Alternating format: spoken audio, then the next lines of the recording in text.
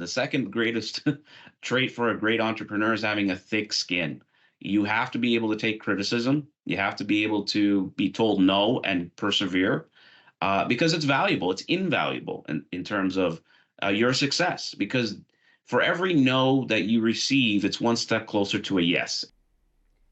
Today I'm sitting down with Dr. Randy Peterson to discuss the evolution of biotechnology over the years and what the future has in store.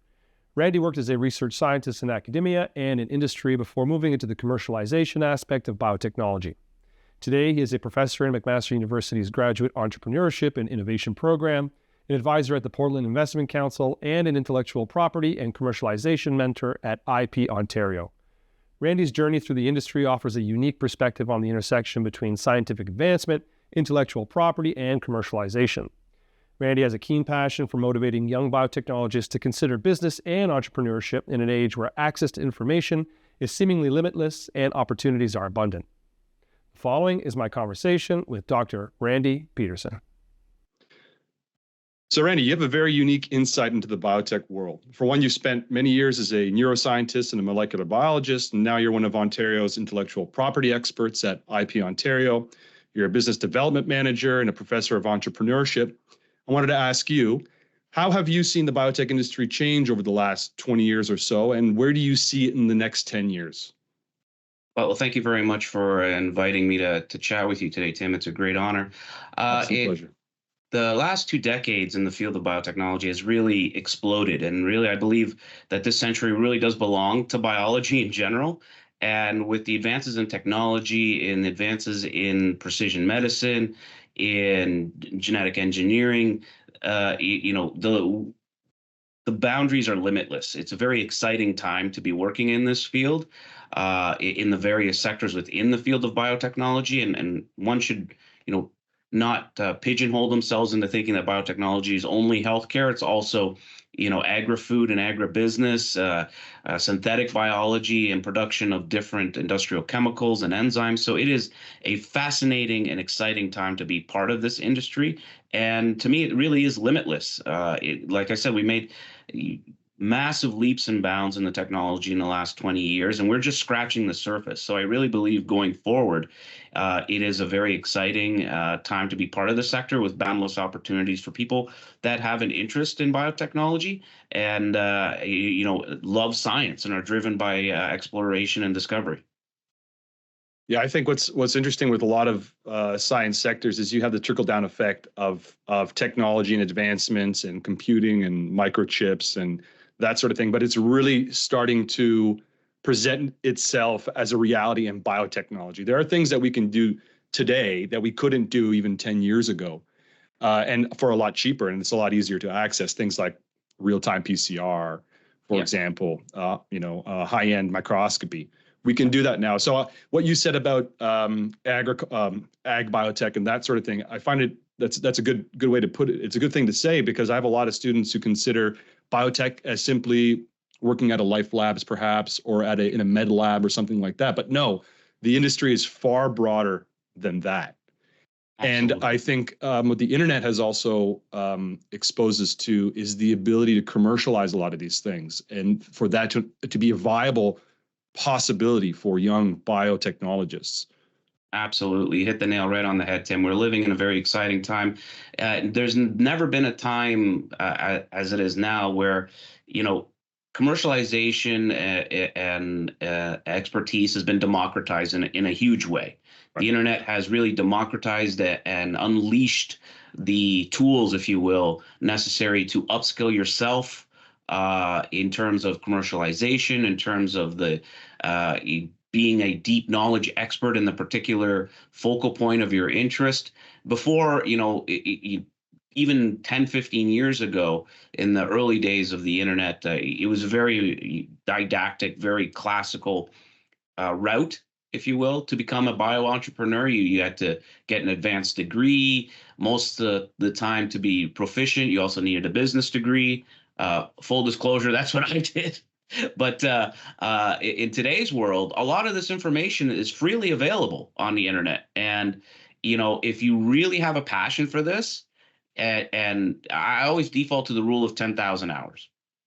So if you really have a passion for something to become an expert at it, you need to pour 10,000 hours into that subject. And right now, there is way more than 10,000 hours of free material and expertise available to anyone that actually has a passion to really do a deep dive into what it means to be a bio entrepreneur. Now, a lot of people may be scared or scared off by the fact that they believe that they need to do advanced degrees at higher level institutions, and that may be the case for certain modalities in biotechnology, but that doesn't negate the fact that you could start gaining life experience and technical experience by just working at a company and then upskilling yourself as your journey goes on. And it really is a journey. And I emphasize this to my students as well. Uh, it takes There's an old saying in startups and bio entrepreneurship, it takes 17 years to be an overnight success. So you are going to hear no a lot. You are going to be discouraged. But you have to have perseverance. That's the number one quality that really successful bio entrepreneurs have, is perseverance and passion. Remember, nothing great in this world was ever achieved without passion. Well, that's right. Or just simply trying and putting one step forward. You look at all the super successful people in industry today, whether it be Elon Musk, Bill Gates, or something like that, all of them have something in common, is that they took that first step. They may have failed many, many times, but all of these successful people have that in common. Now, what the democratization idea is interesting, because for the last, let's say 75 years of modern biotechnology, it's been thought of as big business, right? Yeah. Now, with the accessibility of all these things, it doesn't have to be a big business. You don't have to raise $100 million of funds. You can raise far less than that. And to that end, you were mentioning access to free information. That's something that you do as a mentor at Intellectual Property Ontario, something that people have access to. Can you speak to that a little bit? Yeah, absolutely. It was an initiative started by the Ford government about 2 years ago. My role as a mentor for commercialization and intellectual property, but it is a fantastic provincial-led institution to help entrepreneurs along several paths to protect their intellectual property, which is a very valuable intangible asset, and also to help them pressure test their commercialization strategies, provide mentorship and comments on their business plan and their ideas, and down the road, maybe even perhaps help them interact with the ecosystem, the broader funding ecosystem in Ontario. I think Canada, and this region in Ontario specifically, does a great job in supporting early stage bio entrepreneurs. There's a number of different non-dilutive grant programs that are available for early stage bio entrepreneurs to get that initial seed funding to do some proof of concept testing. There's also, incubators and accelerators that are here in Southern Ontario that are focused on helping early stage bio entrepreneurs. So, Southern Ontario is one of the best places in all of Canada to be a bio entrepreneur along any vertical, whether it be healthcare, clean tech, agribusiness. So it just takes again some time to sit down and search out these sources and to network with the people that are stakeholders within the ecosystem. And my number one piece of advice I give to early stage bio entrepreneurs is find a mentor. Reach out to them. Have regular weekly calls with people. Have multiple mentors to really start building out your network. Nothing is ever done in a silo. If you're a successful entrepreneur, you're going to need help of dozens of people throughout your journey, and it really does pay to begin networking now. If you're a student, start networking.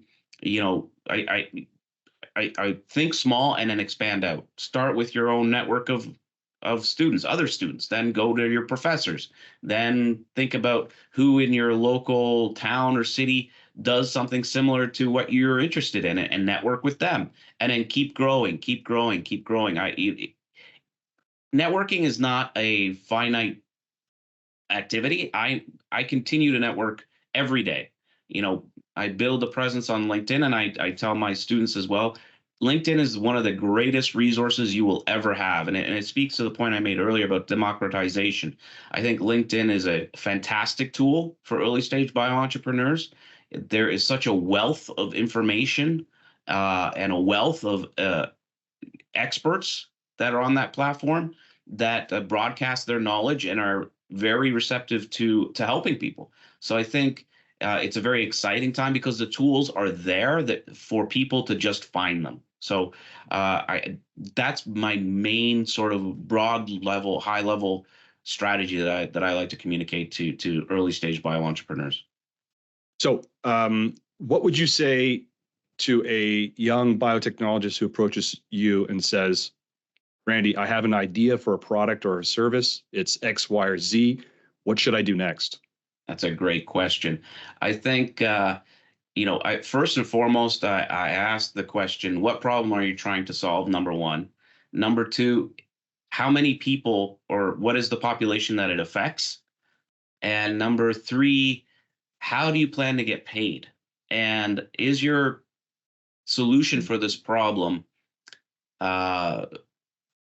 capital efficient? What I mean by that is don't come to me with $1 million answer for a 2-cent question. A lot of people get mesmerized by the technology or fall in love with this particular technology or fall in love with a particular service and then are disheartened later on to find out that no one's going to pay them for it. At the end of the day, and I say this a lot too, so in my line of work, I come across very deep level experts in particular fields of healthcare, which is the field that we invest in, and they've fallen in love with their solution, their technology, and are very disheartened to find out that no one is going to pay for them for it. And at the end of the day, it's a business. You're trying to establish a business, and the number one motivation for a business is to make a profit. And if you have no revenue, if you have no market, it's just the best solution is not always the one that's going to generate profit. I say this a lot in my field. Great science does not always make great medicine, unfortunately. And that is something that a lot of people are shocked by.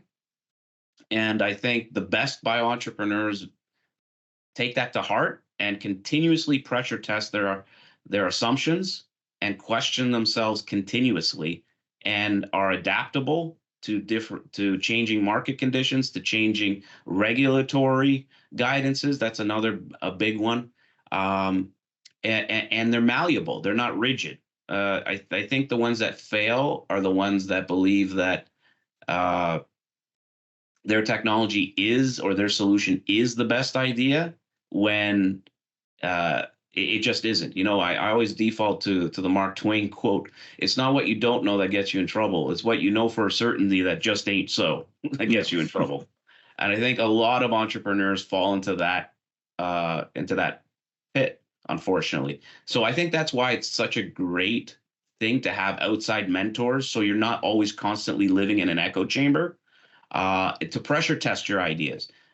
Again, have thick skin. The second greatest trait for a great entrepreneur is having a thick skin. You have to be able to take criticism. You have to be able to be told no and persevere because it's valuable. It's invaluable in terms of your success, because for every no that you receive, it's one step closer to a yes. And for every criticism that you receive that is constructive, seek out. I always say seek out constructive criticism. Seek it out.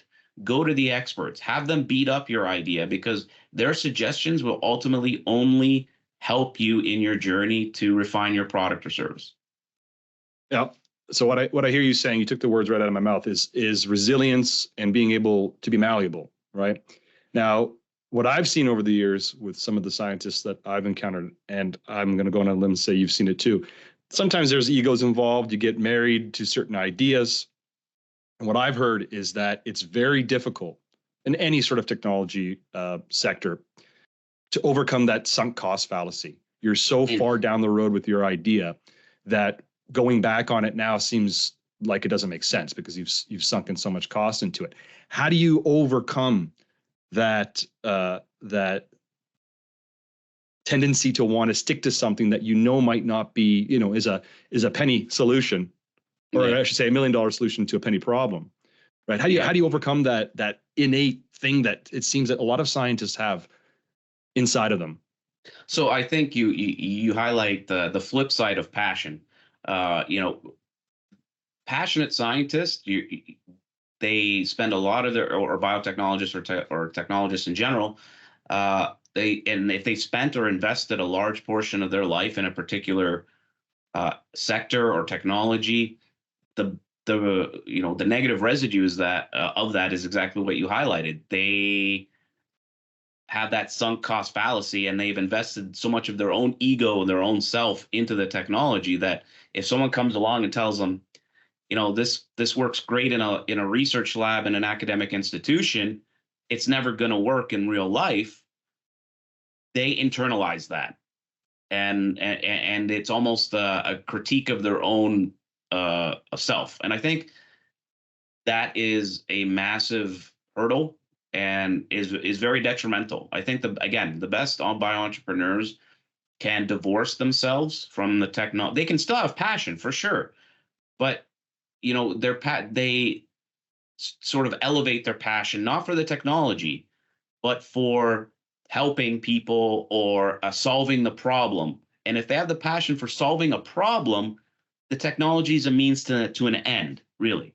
And if their passion is to address a question, the technology or the solution, they should accept that it can change, and that it will not, what you started with will never be what you end up with. I think that's the third mantra or pillar for entrepreneurs, is that whatever you started with, if you're successful and you have perseverance and you stuck to it, your solution will not be the one that you're successful with. It will look different for sure. And if it doesn't, either either you're Leonardo da Vinci, you could design the perfect solution from the first iteration, or it's not going to work. Honestly, Right. it's even again, because my interest is in the field of precision oncology. We always use the lingo in the healthcare and life sciences therapeutics sector is 1.0, 2.0, meaning that in these sectors we never accept that the first treatment modality through the wall will be the be all and end all. There's always constant iteration. There's always constant evolution on the winners, right? And I think that's the other thing that really great entrepreneurs accept and appreciate, is that they're constantly iterating, constantly improving their approach, constantly seeking out new inputs to answer the question that they're dedicated most of their lives to. Now, there's two things that come to mind. Something that I've always been interested in, and I read a lot about, and I'd like your opinion on how this can apply, or does this apply to biotech, is first principles thinking, right? Breaking things down to their base cores and working up from there. And then realizing also that in order to succeed in all the ways that you described, and keeping this first principles thinking in mind, sometimes being an expert is not the best thing. And especially nowadays with all this access that we have, would you agree that diluting yourself a little bit across the field gives you a good advantage and allows you to think in that first principle way to solve these problems? Yeah, absolutely. And I think it speaks to something that I echo a lot is build a great team. Mm. There's this fallacy that if you're a bio entrepreneur, you need to be a super deep knowledge expert in a particular vertical and know everything about it. The best bio entrepreneurs really are great team builders, right? They Right. network, they are very self-aware. They can identify the gaps that they have technically or with their people skills, and find the people to fill those gaps, right? So you become really a herder of cats. And that's what a CEO is, basically. It's very rare to see a CEO in the biotechnology industry that was the founding scientist. Now, there are examples for sure of founding scientists that remained and became CEOs, but most of the CEOs are not the founding scientists, and they are professional managers. And do they understand the science? Sure, of course. That table stakes. You need to understand the science that you are championing. But at the end of the day, they're great managers. They know how to manage a company. They know how to build teams, and they know how to get a team to perform. So it's a fallacy that you need to have super deep technical knowledge about that particular sector to be a successful bio-entrepreneur. That's just not the case. Now, if we step back and just go down from CEO back to student for a second, what do you think about the idea that students who are green or have not yet graduated or thinking about a career path, it's hard to conceptualize commercialization and entrepreneurship. It's a little bit intangible. It's an abstract idea, but what they have going for them is they have time. They might not have the funds, they might not have the money or even the experience just yet, but they've got the time. How is that an advantage for students? Or would you agree or disagree? I would definitely agree. And going back to your question, your previous question, and it ties into this, is that the greatest commodity anyone has when they're younger is time. So if you're really passionate about something and you have no money but all the time, it gives you that free reign to be creative, to have blue sky thinking, to come at problems from another way. Fresh eyes and a fresh attitude are invaluable approaches to solving a problem, number one. Number two, break down the problem you're trying to solve into smaller chunks. There's a theory in problem solving called the 7 whys. You take a problem and you ask why, and then once you answer that why, there's another why, and usually you can get to the root cause of the problem or the critical mass of the problem by the 7th why. So I think that's a very, very powerful way to think about a solution or a product, and then how that applies to a particular market and how someone would pay for that solution. So I think that all ties into, that is an exercise a student could undertake right now and not spend a dime. I think, again, 10,000 hours, spend 10,000 hours looking at a problem, spend 10,000 hours upskilling yourself in commercialization, in finding out the tools, in networking. All this you can do for free without spending a dime. I don't prescribe to LinkedIn Premium, and my network has grown to almost 1,500 real connections, not phantom bot connections. I think it's invaluable. The time right now, I always say, spend the time up front, and it'll turn into dollars at the back end. I think what your 7 whys question, that's interesting, because on a base level, I absolutely agree. Just anecdotally speaking, you've got your 3-year-old daughter or son driving in the back seat with you. They ask about 7 why questions before you get to a point where you can't answer the question anymore. So That's right. This fresh eyes, fresh look, very green person looking at a problem, trying to understand it. So asking why is very important.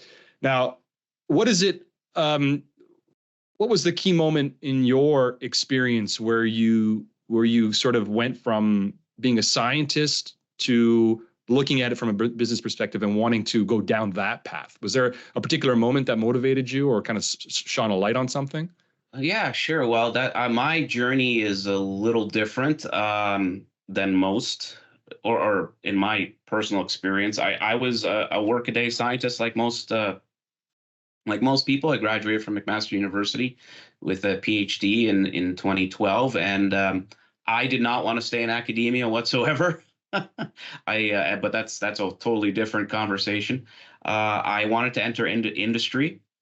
Previously, I was a co-op student at the University of Waterloo, so I had exposure to the local life science industry in the early 2000s, if I'm dating myself. And I found it fascinating, and it was an invaluable experience. I think it really exposed me to how science is really done in the outside world, outside of academia. It is totally different approach, totally different timelines, totally different regulatory guidances that govern science in industry. And I still had a passion for, bench science. So I was a bench scientist for a few years, but then through successive promotions, I sort of transitioned into more project management, more outward facing roles, interacting with clients, managing programs. I really enjoyed that aspect of the business. And then also I managed the lab, so I was interacting with colleagues. It sort of was a natural matriculation to more managerial roles, and this is a very common trajectory for most scientists. And then through successive roles, I got more senior and senior, and I was lucky to make the transition from the bench to the boardroom. And because of my experience in project management, because of my experience in operational management internally, I had other sort of horizontal roles in other organizations, and then got exposed to, okay, how do companies form around ideas, and how do you protect those ideas? How do you operationalize a company? And now I found that extremely fascinating, and I was hooked. From there on, I knew that this is broadly speaking, this is the area I wanted my career to continue on. So as you see, my trajectory has been very hands-on. It wasn't, I went from doing my PhD right into an MBA, or very academically focused or theory based. Mine was very practical, very hands-on. I worked in the pharmaceutical industry here in Southern Ontario for a number of years in managerial and project management roles. So, for lack of a better term, I knew how the sausage was made. I understood how companies operated. I understood how their strategic visions are formulated, and it really excited me. But at that point, I didn't really have an appreciation for intangible assets. What I mean by that is intellectual property. And I had the opportunity to join a university and manage their intellectual property portfolio across the entire university, to understand how intangible, or patenting, if you will, or all fields of intellectual property, because it's not only patents, add value to a company, and how that can be revenue generating in and of itself. And it was a great experience. And during my time there, I had the opportunity to say, okay, I have the technical skill set. I have some business background in project management and client relationship management. Now I felt like I needed to upskill my business skill set. So I did my MBA at the Goodman School of Business, which was invaluable, because there I really got to understand the nuts and bolts of running a business, specifically more on the financial aspects of things, which it's some of these things are not apparent, or definitely not taught to people that are focused in science, unfortunately. But after that, I had the opportunity to join the group that I'm in now, and I sort of continued my journey onward from not only company formation at my previous jobs, but now investor. So now it's sort of the culmination of all my experiences, that I can now look at a company and not only appreciate the technical aspects of what they're trying to do, I can also dive deeper into their operations, diligence them to another level, and then understand their financial constraints, and understand the forecasting, and understand the probability of their profitability moving forward. So it really is sort of my dream position at this moment. And I did have a very unorthodox path to this. Like I said, mine is very hands-on, augmented with theoretical learning from school. So I think that gives me a little bit of an advantage, because I have worked in these companies. I've seen the insides of them. I know the regulatory roadmap that they work within. So that would be my recommendation, is definitely augment the theoretical background, but get your hands dirty. Go into these companies, seek out opportunities, and never be afraid to ask for more responsibility. Now, that's fantastic. Now, in regards to the investment, the investment firm that you're with now, or counsel, follow the money, as they say. And from what I understand, your group is very interested in precision oncology and radiopharmaceuticals.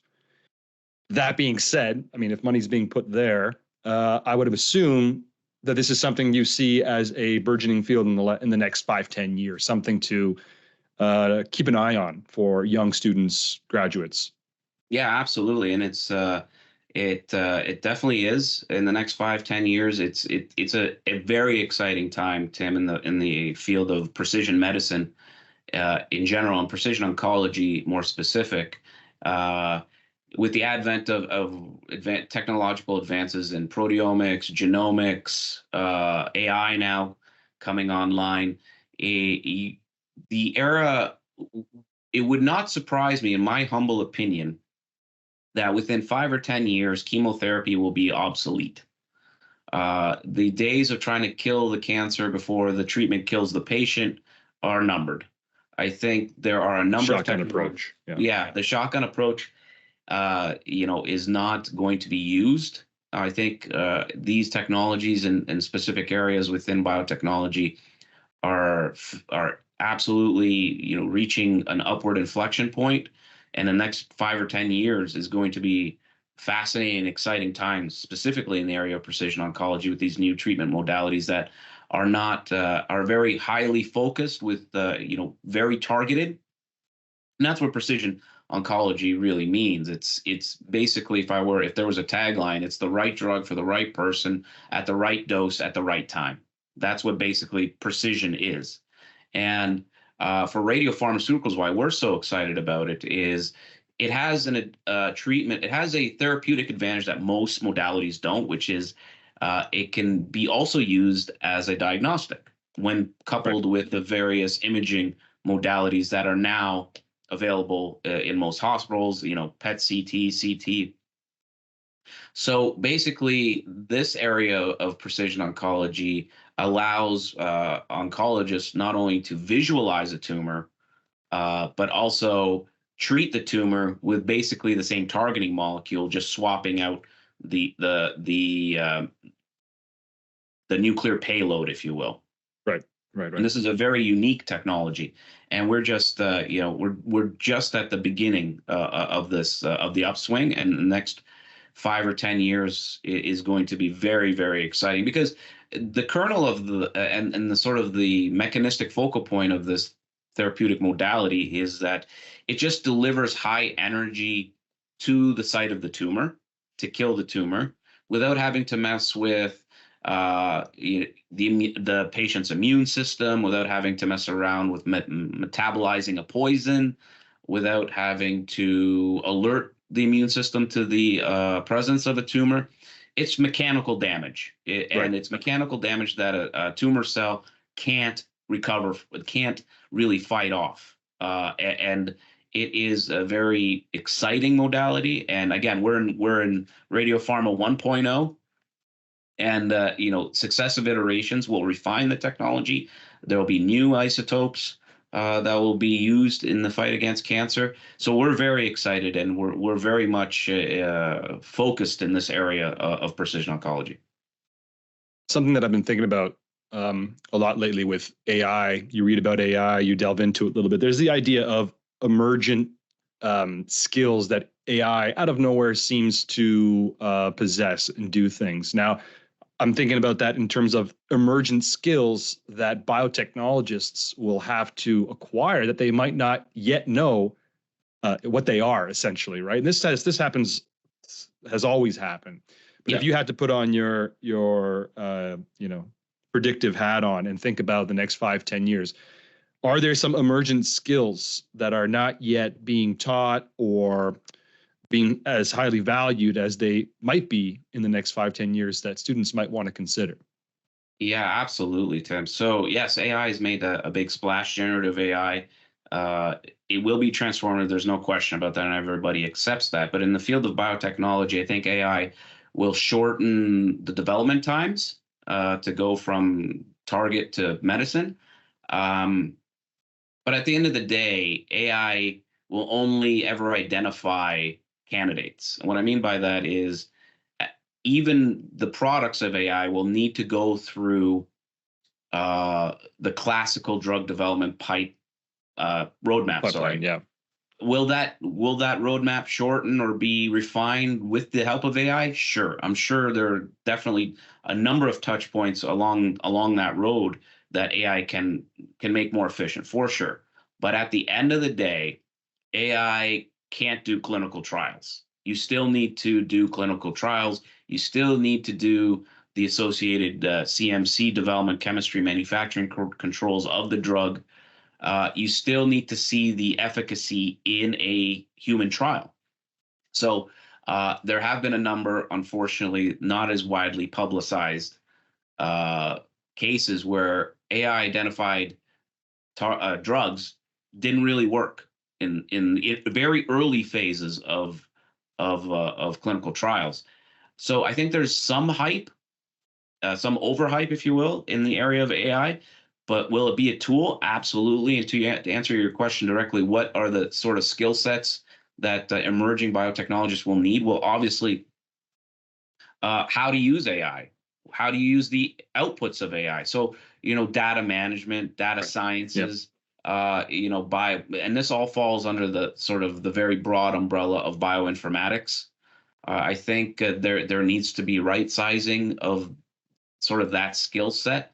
And there are some institutions across Canada that are now addressing that particular greenfield development in terms of academic rollout for skill set in AI. So I think in the next 5 or 10 years, you're going to see curriculums change, not only at the graduate level, but in the undergraduate level as well.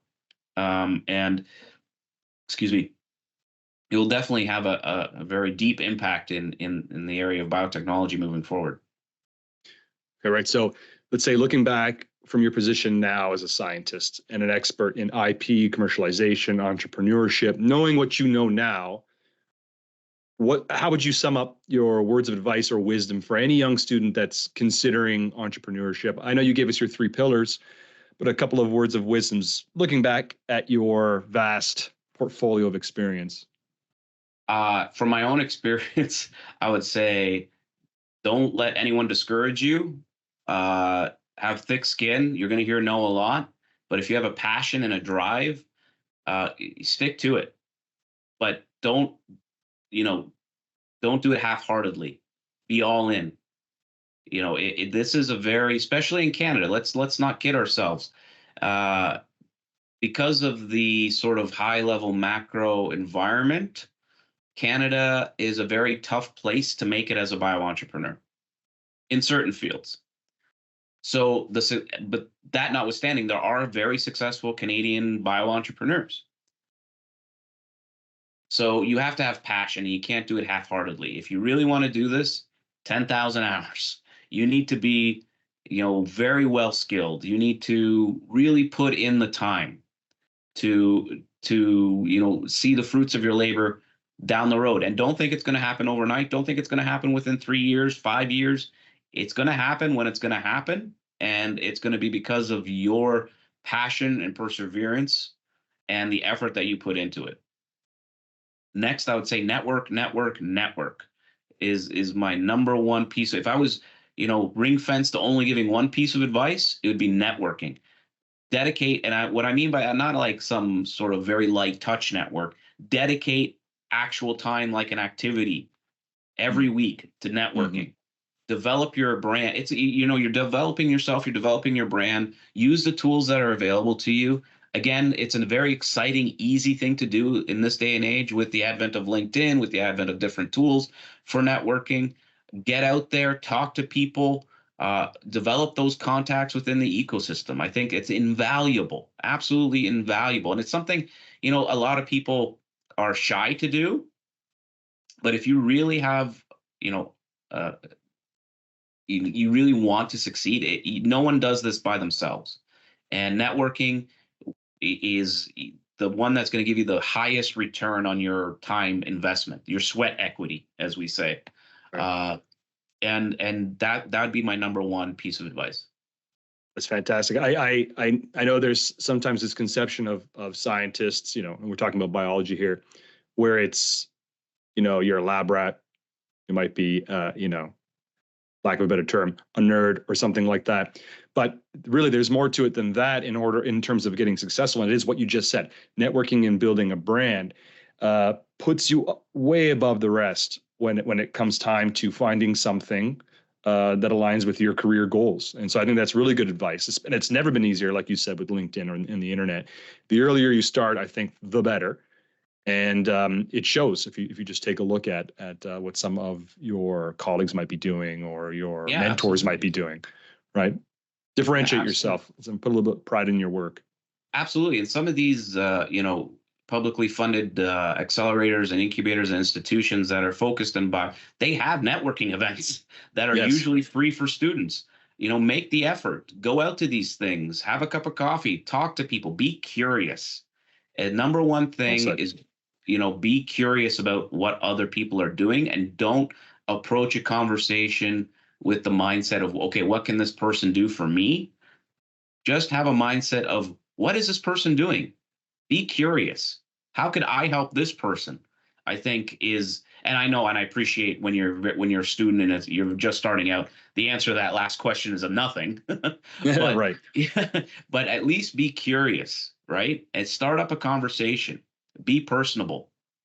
And I know that last thing could be very hard for scientists to do. And lab rats. Hey, I'm a geek and a lab rat myself. I didn't get out of the lab till I was in almost my mid 30s. So I appreciate that. But if you have a Yes, passion and absolutely. you want to be a bio entrepreneur, it's definitely those soft skills that are so valuable, and only become developed through practice. Like you're not going to develop them, sitting in the lab looking at a computer. Get out, journal clubs, Yeah. uh, you know, coffee chats. I know Life Science Ontario has a networking breakfast, I think once a month. Yep. Go. Sometimes they're free, and if not, the price is minimal. So I think it's like $5 or $10. It's something very small, but it is very crucial to get out there and get connected into the ecosystem. Yeah, what you said about staring at a screen, you're not going to solve problems. It's true. There comes a point. There comes a point in a scientist's journey where whatever you're working on has to go into the real world, and Yeah. you need to get it into the real world. And so there is almost this second life or this rebirth that some scientists choose to go through, and it's putting it into the real world, which is what we're talking about here. Yeah.